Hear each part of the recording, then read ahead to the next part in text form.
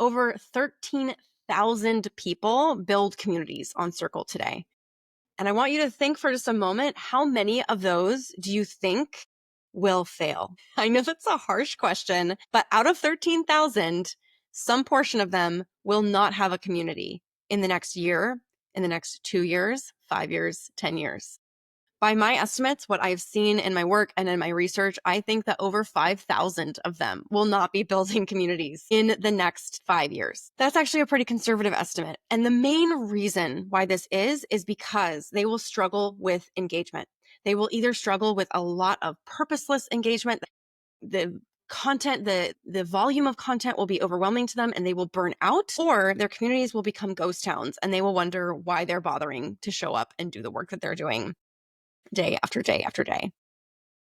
So let's create something that is sustainable for you, that's not going to cause burnout for you, and create a situation in which your community is filled with engaged and active members, and we can prevent that feeling of missed opportunity and potential failure of your Circle community, which I like to say, never a failure, always a lesson. That is a quote from one of my favorites, Adrienne Marie Brown. But if we have to close our community because we're not getting enough engagement or because we are burning out, then that is a lesson we absolutely must take to heart and learn from. So today I'm going to be sharing with you the 3 most common mistakes and the most helpful engagement strategies you can use to counter these mistakes. For those of you who do not know me, I am Carrie Melissa Jones. I am a community strategist, researcher, and author of the book Building Brand Communities. I've been doing this work for over 15 years, and I help organizations and leaders from all walks of life to create incredible, thriving online communities. Let's get into these 3 avoidable engagement mistakes that happen on the Circle platform and what you can do to counteract these mistakes. Okay. So mistake number 1, and this is the most common thing that I hear from our clients and those that come to us looking to build communities. And that is assuming that what you're going to create will eventually become self-managing. There are communities that are largely self-managing that the founders or the leaders can step back from, but that is only because some really clear supports and are in place and clear leadership is in place. So when we are talking about creating a self-managing community on Circle, that is not our end goal. Okay, promise me that will not be your end goal. Your end goal will be to create a space that is valuable, that creates progress in people's lives, that feels welcoming, that helps people to reach their goals. Okay. In reality, it's important that we do invest time in our communities, but there's also too much time. If you're in your community all day, every day, and you're the only one responding to the questions that members have, or you're always the first one responding to questions members have, you are doing too much. You're doing extra. I have a video all about how much time you should spend in your online community that can guide you on this. But as a rule of thumb, I recommend no more than 2 to 3 hours per week inside of your community. And that's to give others the space to step up and lead so that you can create more of a self-managing community. Now, I also want you to keep in mind that it takes about 18 months on average for a community to really feel vibrant, to start to take on some of the attributes of what people might consider to be a self-managing community. But that does not happen overnight. You don't launch a community and even in the first week, month, or year have this incredible, organic, thriving kind of environment. It happens, but typically by mistake and only because someone has really hit upon a gold mine. That is not what we're aiming for. It's like if your goal on social media is to go viral, you're going to lose sight of why you're doing what you're doing. We've got to focus on our purpose here, okay? So in the short term, what can you do to improve engagement and to avoid this mistake of assuming that your community is eventually going to manage itself and to just let go? There's a couple things. In Circle specifically, I want you to be using that DM direct messaging feature liberally. Use it all the time. DM your members, check in with them, let them know that events are happening. You can also set up workflows inside of Circle so that you can remind them when events are happening. Use those DMs just like you would email. And that's the second thing I want to suggest is if people are not responding to your DMs, use their emails. You have everyone's email addresses because you're using Circle. So if you need to remember what their email is because you don't have it in one place, you can go inside of the Circle CRM or inside of your member database. You can grab their emails. And what I want you to do is do lots and lots and lots of outreach to your members. Folks are not going to just simply have the habit of checking into your community, at least not for quite some time. So instead, you're going to need to nudge them, to ping them, to ask them to contribute. So think about when someone posts a question in your community, who would be best positioned to answer that question? And then reach out to those members, send them a DM. If that doesn't work, send them an email, do that outreach. So much of your work in the early days is going to be this back behind the scenes outreach to your community members. This really surprises folks that a lot of the work is not necessarily out in front of people, but actually behind the scenes, like spotlighting people, bringing them up and encouraging them to participate more and more and more. The other thing in Circle that I specifically want to encourage that you do is set up an automation that checks in with people, sends them a DM or an email. You can do either one. If you have Circle's Marketing Hub enabled, you can send them emails. Otherwise, just set up a workflow DM that checks in with them after they haven't been logged in for a few weeks. So don't do this after they haven't been logged in for a day. You don't want to be annoying, but simply after, let's say, do it after 3 weeks or a month of them not logging in. They joined your community to make some kind of progress. And if they're not logging into your community, they're not checking in, they're not using the resources, they're not going to make the progress that they hope to make. So you pinging them is not you annoying them. It's actually you reminding them of their intention, reminding them why they joined in the first place. That's what this is for. So don't think about this as being annoying. This is a big mindset shift to really get into and embody throughout all of the community work that you're doing. You're not annoying people. You're giving them an opportunity to make the progress they want to make and to be more generous with their time by contributing to something larger than themselves. Okay. So that is mistake number one, is thinking that your community is going to manage itself and therefore just taking your hands off the wheel and letting it go. And I've given you a couple of different really easy to implement strategies inside of Circle that will be more about you doing this behind the scenes work, setting up these automations and workflows, and then really focusing on building those individual relationships and doing that outreach that will grow engagement organically over time. Okay. So that's mistake number one. Mistake number two, which I also see all the time, and I am guilty of doing myself because it is so freaking tempting to do. And that is putting static content in your community, like a resource library, and just leaving it there and hoping for the best, hoping people are going to join your community and find all the resources. I've heard some community builders talk about this as kind of like a choose your own adventure. But a lot of times people don't want to choose their own adventure unless you're writing like a really fun novel about, like what was the one that was like really cool in the 90s? It was like you got to be a werewolf or whatever. I'm aging myself. It doesn't matter. What people want is a clear pathway to progress. And so that's why having something like a signature course or signature program or programs that you recommend people go through in order is so effective in a community. So you're going to need not only some static content that people can go through and browse, that is important, but also a combination of a couple of other things. So rituals for connection. How do people check in and how often should they check in? In our community, for example, we do a Monday check-in, ask people how they are doing, what they're focusing on that week. And then on Friday, we celebrate big and small wins from that week. And those are two really important rituals that we have in our community. And that brings people back on a regular cadence. You're also going to need things like live events.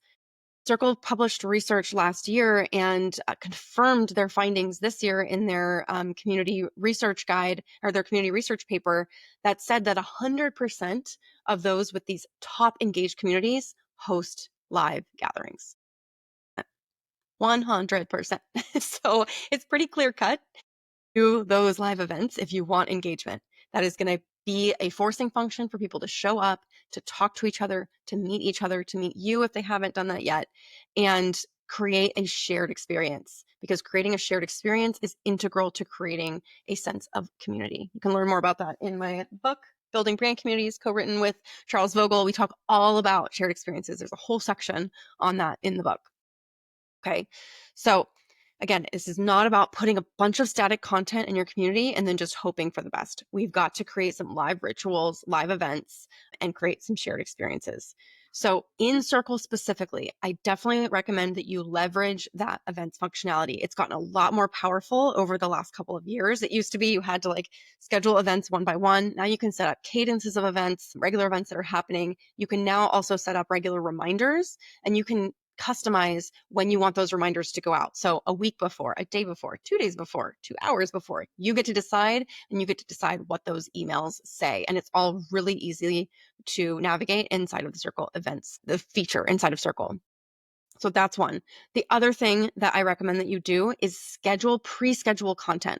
So for our Monday and Friday posts, our Monday posts for the most part are done by volunteers in our community who we call the CMJ Fellows, and they are freaking amazing. Shout out to you all. But our Friday posts are actually pre-scheduled from one of our top community members, Pat. Thank you, Pat. And he's able to schedule those like months in advance and is able to then step back and not have to worry about posting them every single week. So make sure that you use that scheduled content functionality inside of Circle so that you can pre-plan some of this, so that you can be more ad hoc with your other kinds of programs that you're running. And then the other thing is really, really important, and that is leveraging Circle's course functionality.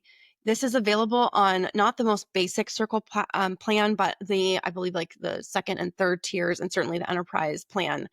You can leverage their courses. You can have, I don't know if there's a limit to the number of courses. I think there probably is on some of the lower tier plans, and then they go up from there. But you can have an onboarding course. You can have specific programs that you offer so that you're not just throwing people into a bunch of content and then they have to swim through it and figure out what to do with it. You give them a journey to follow through. And now on Circle, you can also do things like quizzes and checkpoints and things like that so that people are feeling like they're making progress through these milestones. Community and education and courses are BFFs. They are besties. So really be thinking about how you might leverage Circle's native course functionality. It did not used to exist, even like, I think it was less than 2 years ago that it was launched. So now we have it. Use that stuff. So that is mistake number 2, is just throwing people into a bunch of static content and not creating more opportunities for them to interact. The third thing that I see, and this is actually, this should be very, very encouraging for you, but the third thing that I see, the third mistake I see over and over again is overwhelming people with too much content, with too many content areas, with too many conversations, with too many pings. And we do not want to overwhelm people. They need to be able to make meaningful progress in our communities alongside us. We want to keep things simple. So I say that this is encouraging because I can almost guarantee you, I could look at your community and I can tell you to do less. Do less than what you're already planning to do. I coach my clients on this all the time. Like, we look at their community setup and I say, delete that, delete that, delete that, move that into this area, and stop confusing people or hide things from new members and give them access to this later on so that you're not overwhelming them. My recommendation, I teach a principle called radical simplicity around community building. My recommendation around that is to create no more than 3 different space groups for your new members to be aware of in your community. The other really cool thing that you can do in Circle is open up access to new spaces, new courses only after people have reached specific touch points. So you can do this through Circle's workflows feature. And again, this is available on the higher tier plans, not available to the basic plans. But you can hide those features. You can hide those spaces from newcomers or from people who are not in certain paywalls or in certain tiers of your community, and give them access once they have a really clear idea of the lay of the land. Okay, so keep it simple. Do less. Doing less and doing less with intention and really clearly mapping how what you're going to be doing is going to help people make that progress that they signed up for. That is going to create better engagement than if you're simply just asking people all the time, like, show me pictures of your dog. You can ask them to post pictures of their babies and their animals all the time. And sure, that can get you some posts, but is that really meaningful? Are they really making progress? In some cases, yes, because friendship knitting is important, but 9 times out of 10, not a valuable use of your time or of theirs. Okay. These are the 3 top mistakes I see in circle communities over and over again related to engagement. This idea of thinking that the community is going to manage itself and really stepping back and not doing enough on the back end, putting static content in there and giving people no journey to follow, and overwhelming people with too much crap inside of their community. Keep it simple, okay? I am happy to answer your questions in the comments of this video in the future, and I would love if you are not already following me on Instagram to give my account a follow there and ask me any questions that you might have about this video or any other videos that I share about all things community building. I am at Carrie Melissa Jones on Instagram, but I'm also there. I'm the same username on LinkedIn and all the other platforms too. All right, friends, last thing I want to share is we have a totally free and totally useful circle launch guide, a toolkit that you can download, which is in the video description here.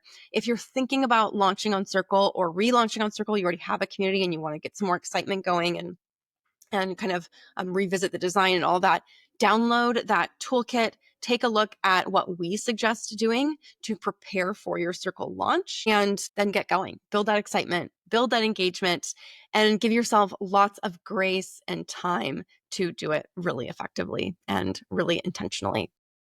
Have a beautiful day. Happy community building to all of you out there. I appreciate all the work that you're doing in the world, and I appreciate the way that you gather people.